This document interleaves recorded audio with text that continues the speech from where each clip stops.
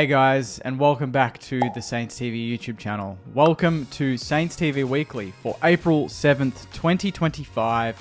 Thanks to Inglewood Coffee Roasters. Check out their website, www.inglewoodcoffeeroasters.com.au. They've got a discount code set up just for you. You can redeem coffee, tea, chai products at a much cheaper price and enjoy it for the rest of the week, because it was an awesome weekend of football, and we're going to get straight into that right from the top. And that was St Kilda's massive win against Port Adelaide at Adelaide Oval yesterday afternoon to the tune of 17 points. It was a massive game and got a little stressful at the end, similar to the Geelong game, but we held firm. We were very mature with the way that we kind of handled that last 5-6 minutes, where it was really testing and Port Adelaide were really pressing, and to come home with our third win in a row, and we sit in 7th position on the AFL ladder with the Giants to come on Sunday is an awesome spot to be in, and couldn't be more proud of the boys. My review of that in full is up, so you can check that out. 5 things we learned will be up this afternoon. Hate late Sunday games. It always kind of screws the schedule, but this afternoon it will be out. But just to kind of give a quick summary, we came out of the blocks. We had a big first quarter. We led by as much as 31 points late in the second quarter. And then Power came within 5 points with 8 minutes to go in the game.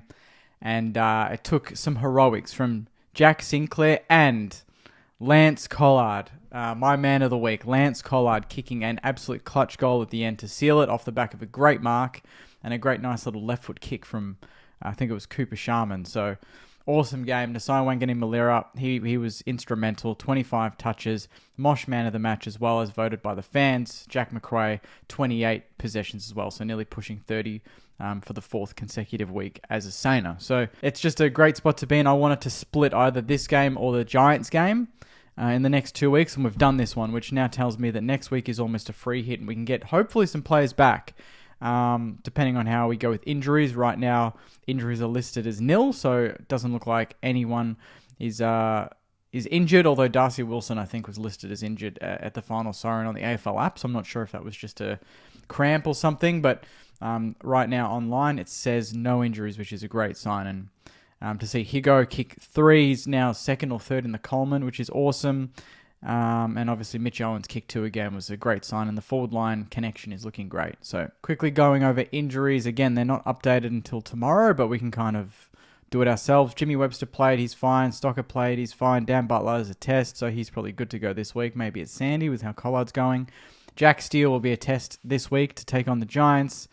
Max Heath, I think he'll be fine to play at the VFL. Dodson had concussion, so he'll be back this week, as is Liam O'Connell. He'll be back this week from his concussion protocol. Max King should be available this week. Hunter Clark, 1 more week. Jack Carroll, 3 more weeks. Mateus Filippo, 3 to 4. Dougal Howard, 3 to 4. Paddy Dow, as we saw the club posted, is looking like he's still TBC right now, but it looks like there is progress being made, which is awesome. So we could really, realistically get King and Steele back for the Giants game. Whoa. Things are heating up. Speaking of the Giants, we did play them in the VFL, and we got absolutely pants by the tune of 108 points. Let's not look at the scoreboard too much. Obviously, Sandy's not travelling very well, but let's see who did travel well and who could be a shout. So Ari apparently moved into the midfield in this game, had 29 disposals. 1 tackle, though, so I don't know if that's great. That Dan Butler, though, 19 disposals, no goals, 14 tackles. So that is, he was 6 ahead of the next best. So that was a huge day at the office in terms of pressure. 7 tackles and a goal for Liam Henry, 24 disposals to go with that. Much better return than the previous couple of weeks. So Liam Henry slowly building. He's another one that could come in this week. Who's to say he can't come in for a Hasty or a Burns, Although I love both of them, so I kind of hope we don't change too much. Angus McLennan, 18 disposals. Who else is AFL listed? Elwood Peck at 13. The Flying Viking, he only had the 7. Took 2 marks, a couple of very nice marks, and 3 tackles as well. So quietly just getting his first VFL game under his belt. No doubt he'll probably play again this week. I think he should play VFL this week. and then we should bring him in against the Dogs at Marvel, because I reckon people that already to me gets a bigger crowd because people want to see the Flying Viking, and I think it'd be unreal. I think Isaac Keeler's had his spell where he's played 3 games. It's been really important. He was subbed out. I think that was the first time in those games he's been subbed out. So that to me is a sign that maybe we're kind of moving past him in this little iteration of the season, and maybe Tyru can pick it up, or King returns and we just settle with our number 1 forward, which is going to be really exciting. Patrick said 8 disposals there. Yeah, not a great performance from Sandy, but a couple of highlights from individual players, a couple of senior players there putting their hand up for selection. Speaking of this week, we are playing the Giants. It is at Norwood Oval for Gather Round Sunday, 3:20 p.m, so exactly the same time slot as yesterday. I don't think the Giants have played at Norwood. We played there last year against Richmond, so we might have a little bit of an advantage. Ross jokingly said we do have the home room, so whatever that means. We are just underdogs, 280 to 140, so not bad considering how good the Giants are going, but we could be pretty seasoned going into this playing Port and then just flogging the Eagles, who kind of had very little resistance against them. And we generally match up well against the Giants. Like previous 3 times, we beat them by 12 in 23.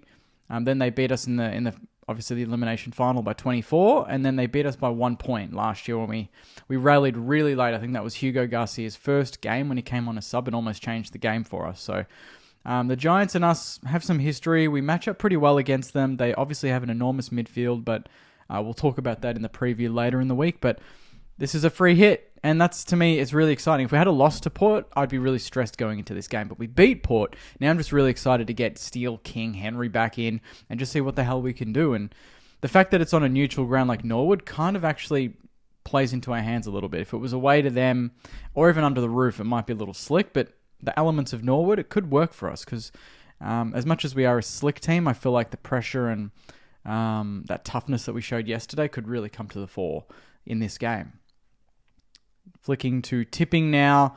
I did get 8, so little flex there, got 8 out of 8. But there were 2 people that got 8 out of 8 and the exact margins, and that was the Beast is here. So, great name, and Zaka. 8, and they got the exact margin. I think it was for the Collingwood-Carlton game. So congratulations to them. They're going to be receiving their prizes this week. Make sure you get your tipping in by Wednesday. I don't know what the Thursday game is this week, but a lot of people, I think 40 people got 8. It's just the margins, obviously, are all varied, but congratulations to the winners. And to the Saners, update on the content podcast tonight. New studio, should be very interesting. Sammy is back, Ari, myself. It's going to be a lot of fun after that game. Especially Sammy, hopefully wearing his Cane Corns t-shirt. That's going to be funny. And 5 things we learned out this afternoon, hopefully around 4 o'clock. So keep an eye. And then obviously Woody's videos, best 23 prediction videos this week, and obviously the preview leading up to the big Giants games. On that note, Saners, take care, enjoy the rest of your week, and as always, go you mighty Saners. See you guys.